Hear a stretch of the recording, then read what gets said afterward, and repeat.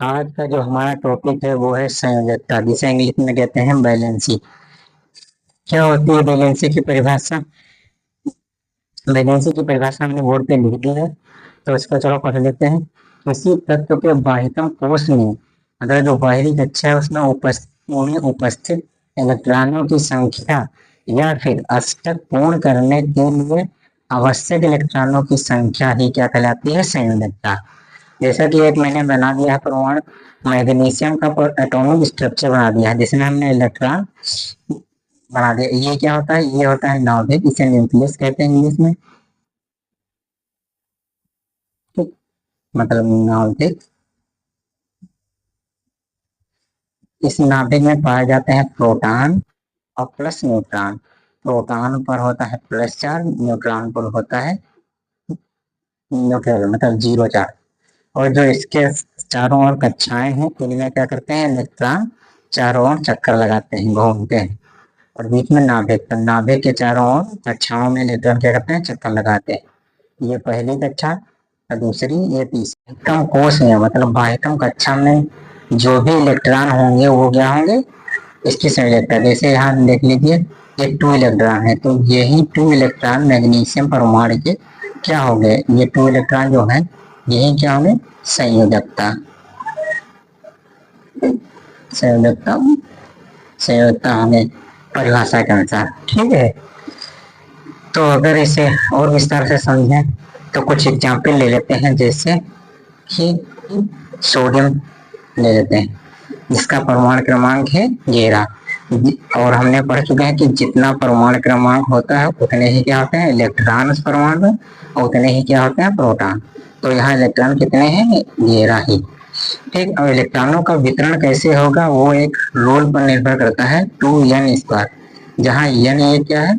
कक्षा संख्या। कक्षा संख्या का मतलब कौन सी कक्षा की हम बात कर रहे हैं, कौन से कक्षे में यहाँ कह रहे हैं कि कितने इलेक्ट्रॉन होंगे। मान लीजिए हम कक्षा 2, मतलब वो कोष 2, कोष जो है उसके दो की बात कर रहे हैं कि दूसरे जो नाभिक, जैसे ये नाभिक है, एक पहली कक्षा है, ये दूसरी कक्षा।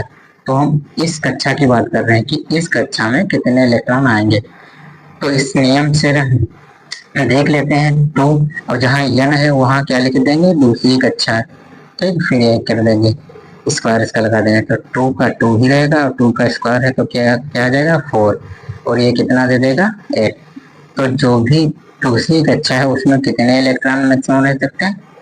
8। ठीक है, तो इस प्रकार से हम इलेक्ट्रॉनों का वितरण करेंगे उनकी कक्षाओं में। ठीक है, तो ये हम एक साइड में लिख लेते हैं फार्मूला।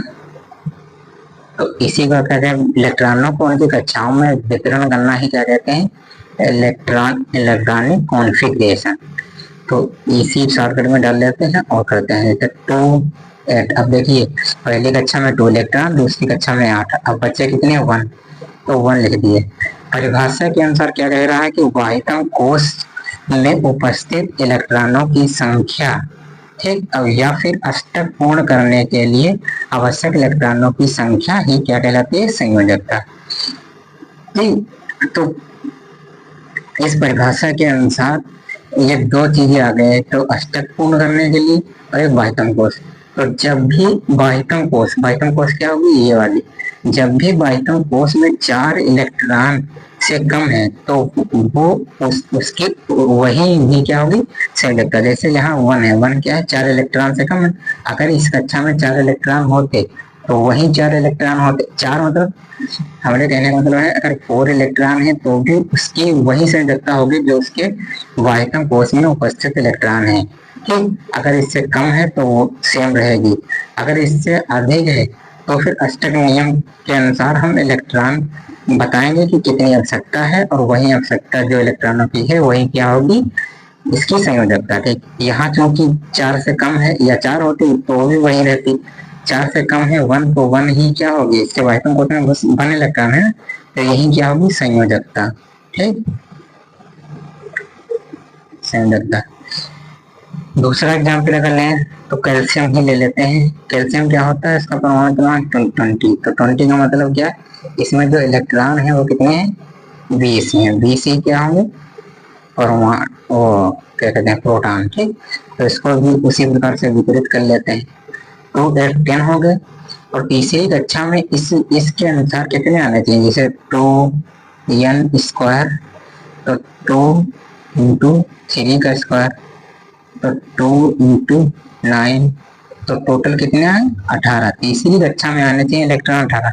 यहाँ कितने हैं, 20 में से हमने 10 इलेक्ट्रॉन पर वितरित कर दिए। अब मेरे पास बचे कितने हैं, 10। तो 10 तो पूरा नहीं कर पाएंगे, तो अब क्या करेंगे, अब आएगा अष्टक नियम। अष्टक नियम कहता है कि अगर इतने नहीं हो पा रहे हैं, मतलब इस नियम के अनुसार इलेक्ट्रॉन पूरे नहीं हो पा रहे हैं, तो कम से कम अष्टक नियम के अनुसार उस कक्षा में 8 इलेक्ट्रॉन होना चाहिए, ताकि परमाणु क्या होना चाहिए, स्टेबल होना चाहिए। ठीक है, तो अब यहाँ 10 है, तो यहाँ 18 तो आएंगे नहीं, तो हम क्या फिर से लिख देंगे 8। तो अब अगर 8 इसमें से माइनस कर देंगे तो बचेंगे कितने, 2। तो ये लास्ट वाली जो फोर्स होगी, 4th नंबर, वो क्या होगी, 2। तो ये 2 4 से कम है, या फिर 4 के बराबर होती, लेकिन 4 से कम है, तो हम क्या कहेंगे, इसी क्या कह देंगे, संयोजकता। ठीक, एक और एग्जाम्पल ले लेते हैं, जैसे फास्फोरस का ही ले लेते हैं। फास्फोरस होता है 15। 15 का मतलब, और ये एटॉमिक नंबर है और इतने ही इलेक्ट्रॉन होंगे, तो 2 8 10 10 तो विपरीत हो गए। अब बच्चे कितने, 5। अब देख लीजिए, ये क्या हो, 4 से बड़ी है। वाहितम कोश में जो इलेक्ट्रॉनों की संख्या है वो 5 है, जो कि 4 से अधिक है।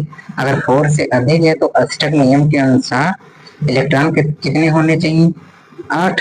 तो 8 में कमी कितनी है, 3। यदि हम 3 इलेक्ट्रॉन इस कक्षा में डाल दें तो 8 पूरे हो जाएंगे।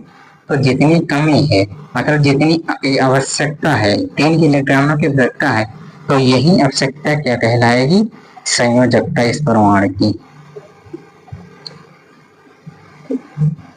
यही क्या, संयोजकता।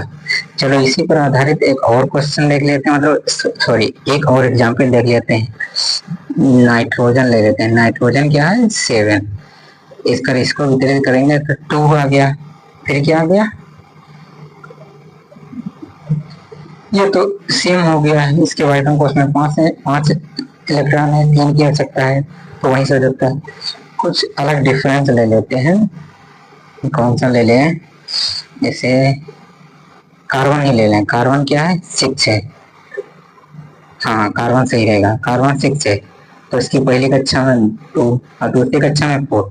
अब देख लीजिए, ये 4 इलेक्ट्रॉन है। मैंने कहा था कि अगर 4 इलेक्ट्रॉन है या 4 से कम है तो उसकी जो संयोजकता होगी वही होगी। लेकिन ये सब कहाँ देखना है, वाहितम कोश में परमाणु के, तो इसकी संयोजकता क्या होगी, यही जो है, कितनी है, 4।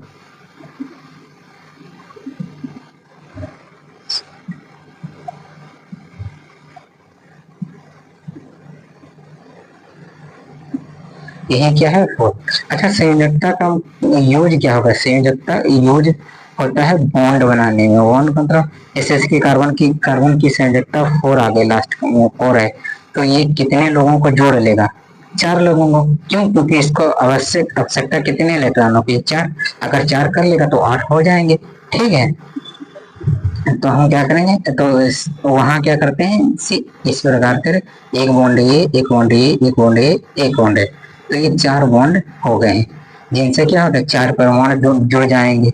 मान लो हाइड्रोजन अगर परमाणु है, तो एक इस प्रकार से, एक इस प्रकार से, एक प्रकार से, इस प्रकार से, तो हाइड्रोजन का 1 इलेक्ट्रॉन, ठीक, और इस प्रकार से, ठीक, तो इसके पास 4 इलेक्ट्रॉन है। तो ये 4 इलेक्ट्रॉन अगर साधा 4 इलेक्ट्रॉनों से कर ले तो इसके पास कितनी हो जाएंगी, 8 इलेक्ट्रॉन टोटल। ठीक, और हाइड्रोजन की एक ही कक्षा है, उसमें कितने चाहिए, 2, और है कितने, 1। तो इसलिए इसको साझा की कितनी जरूरत है, 1 इलेक्ट्रॉन की। अगर 1 इलेक्ट्रॉन हो जाए तो इसकी कक्षा पूरी हो जाएगी, तो स्टेबल हो जाएगा। तो ये तो साझा कर लेंगे, क्यों, क्योंकि इनको 1 की जरूरत है, इनको भी 1 की जरूरत है, तो साझा ही करेंगे, देंगे तो है नहीं। तो इस प्रकार से ये 4 प्रकार के परमाणु कार्बन से जुड़ जाएंगे। तो ये होता है संयोजकता के अनुसार ही। अगर इसकी संयोजकता 4 है, इसका मतलब इससे 4 परमाणु साझा करने के लिए आ सकते हैं। ठीक है, तो ये थी एडिशनल जानकारी जो हमने दे दी है। बाकी आपको संयोजकता में यहीं तक का याद रखना है।